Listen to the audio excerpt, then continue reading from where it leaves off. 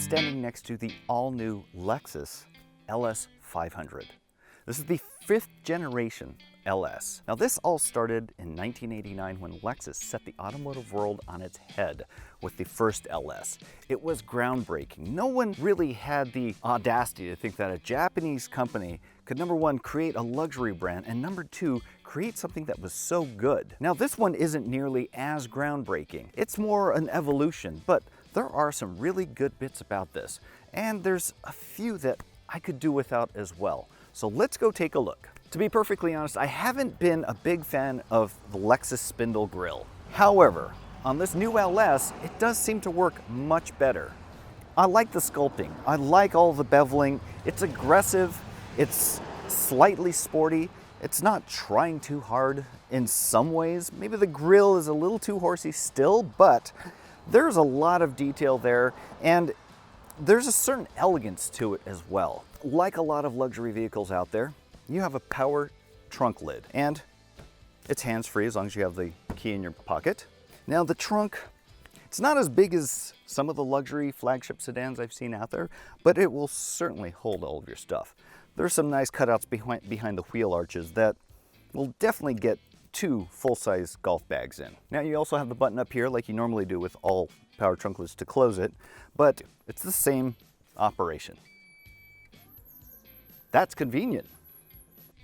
So the interior of the LS 500 is really well done. The design is a lot of organic flowing shapes, but it's not overly done. The materials quality throughout is really quite good as well. So as you'd expect from a flagship luxury sedan, the ride quality is really nice and compliant and smooth. It's fairly quiet. I do hear some road noise, but it's not that big of a problem.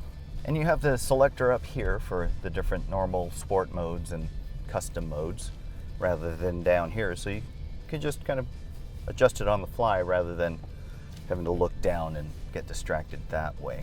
The one bummer though is they're still using this trace pad.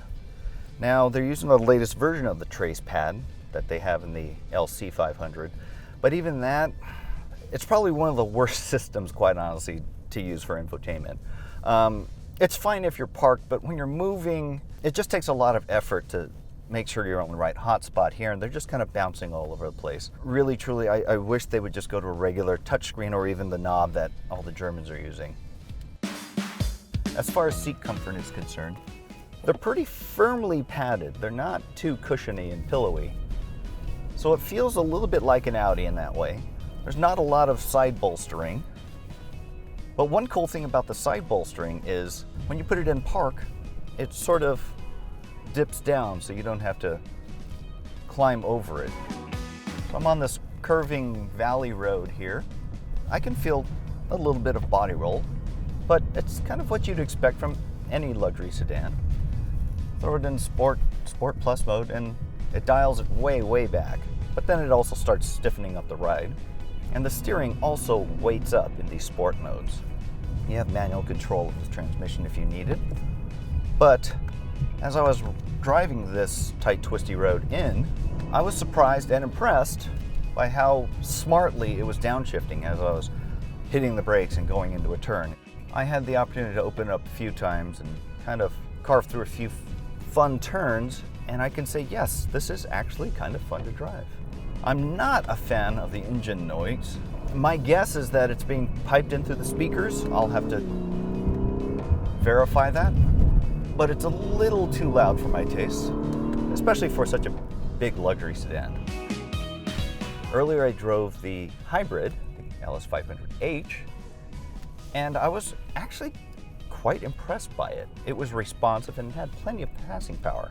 The brakes also felt like a typical car, not so much a hybrid where you get a little softness and a little lack of feel and response. It was just fine. So because of that, I wouldn't be too surprised to see the hybrid lead for sales. In front of me, I have a really, really big head-up display. I've got navigation, I've got some of the advanced safety features as well as the driver assistance in the middle. It's tack sharp, and visually it looks like it's half a foot in front of the nose of the car. So focus-wise, it's really easy to read, and the alerts will pop up right in your vision. Easily one of the better head-up displays. So here I am in the back seat of the LS500, and this one is optioned with the executive rear seat.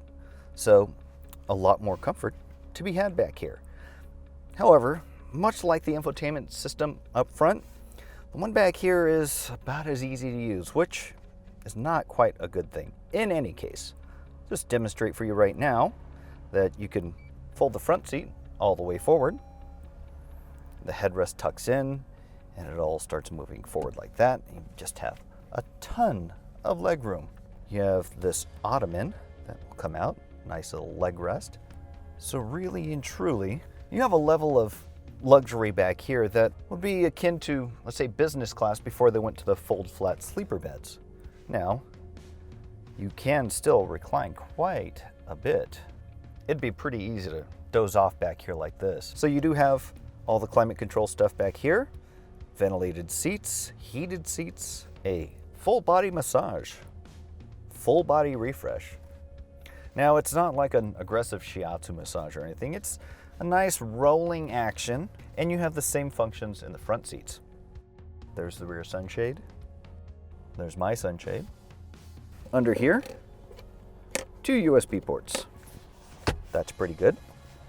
Decent sized cup holders, and the materials quality, it's just like the front, impeccable. So with the Mark Levinson surround sound system option, you even have some speakers up in the headliner, and these speakers are just kind of everywhere. It's an all-enveloping system, and it sounds amazing.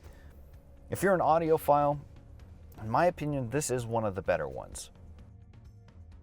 So those are my initial impressions of the all-new Lexus LS500. In terms of price, it sits just above the new offerings from Genesis, especially the G90.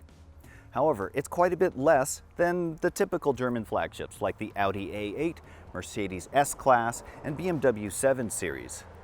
It is a marked improvement when it does come to performance. This thing is actually quite fun to drive. My recommendation is the hybrid. You get better fuel economy, obviously, and very little sacrifice as a result. For more information on the Lexus LS500, as well as all of its competition, head on over to Edmunds.com.